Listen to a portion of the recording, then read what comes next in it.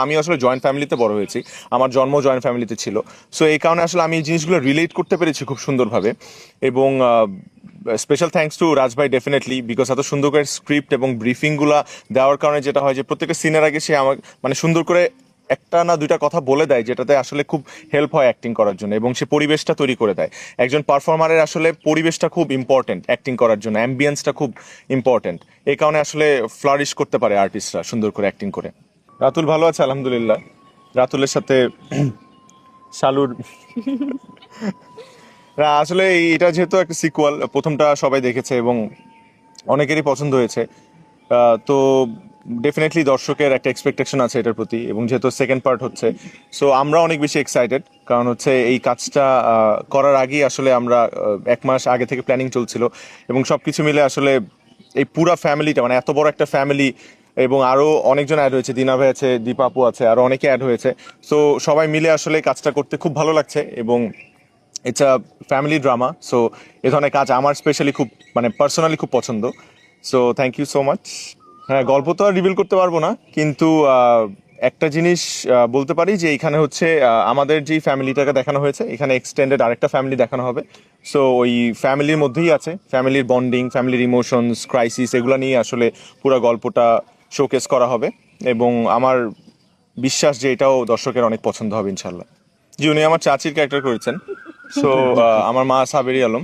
তো আহ, আহ, ওনার সাথে আসলে মানে এটা তো হচ্ছে মা ছেলের গল্প থেকে আসলে স্টার্ট হয়, যেগুলো শহরের গল্পটা থেকেই শুরু হয়, তারপরে হচ্ছে আমার ফ্যামিলিতে যাই, আসলে আমার দাদাবাড়ির ফ্যামিলিতে, যে ফ্যামিলিকে আমি কখনো দেখি নাই। সো আমার মাও বঞ্চিত ছিলেন।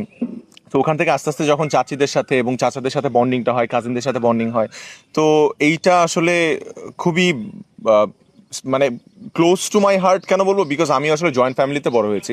আমার জন্ম জয়েন্ট ফ্যামিলিতে ছিল। সো এই কারণে আসলে আমি এই জিনিসগুলো রিলেট করতে পেরেছি খুব সুন্দরভাবে। এবং স্পেশাল থ্যাঙ্কস টু রাজ ভাই ডেফিনেটলি, বিকজ এত সুন্দর করে স্ক্রিপ্ট এবং ব্রিফিংগুলো দেওয়ার কারণে যেটা হয় যে প্রত্যেকটা সিনের আগে সে আমার মানে সুন্দর করে একটা না দুইটা কথা বলে দেয়, যেটাতে আসলে খুব হেল্প হয় অ্যাক্টিং করার জন্য, এবং সে পরিবেশটা তৈরি করে দেয়। একজন পারফর্মারের আসলে পরিবেশটা খুব ইম্পর্টেন্ট অ্যাক্টিং করার জন্য, অ্যাম্বিয়েন্সটা খুব ইম্পর্টেন্ট। এই কারণে আসলে ফ্লারিশ করতে পারে আর্টিস্টরা সুন্দর করে অ্যাক্টিং করে। এইটা তো অনেক বড় একটা পজিটিভ সাইন আমাদের ইন্ডাস্ট্রির জন্য। সেটা হচ্ছে এত বড় কাস্টিং নিয়ে, এত গুণী গুণী আর্টিস্ট নিয়ে যে যখন আমরা ক্যামেরার সামনে দাঁড়াচ্ছি এবং কাজ করছি, একটা গল্প বলার চেষ্টা করছি, এটা কিন্তু অনেক বড় প্লাস পয়েন্ট। বিকজ হচ্ছে দেখা যায় যে অনেক আনাড়ি আর্টিস্টদের সাথেও আসলে আমাদের কাজ করতে হয়েছে বা হয়, তখন দেখা যায় পারফরমেন্স অনেক ফল করে। সো এই সেটে প্রত্যেকটা আর্টিস্ট এত গুণী এবং ওনারা এত অভিজ্ঞ, যার কারণে আমাদের অ্যাক্টিংগুলো অনেক ভালো হয়। আমাদের অ্যাক্টিং ভালো হওয়ার পেছনে ওনাদের অবদান অনেক বেশি। তো এইটা ডেফিনেটলি খুবই প্রশংসার একটা বিষয়, বিকজ হচ্ছে এত বড় কাস্টিং নিয়ে গল্পগুলো হচ্ছে, এবং এখন দর্শক ফ্যামিলি ড্রামা অনেক বেশি দেখছে। এমন না কখনো দেখে নাই, আগেও দেখছে, জেনারেশন টু জেনারেশন চেঞ্জ হয়েছে, কিন্তু এখন হচ্ছে মানুষের টেস্ট চেঞ্জ হয়েছে, সেই অনুযায়ী হচ্ছে আমরা কাজ করছি। So it's a positive sign আমার কাছে মনে হয়।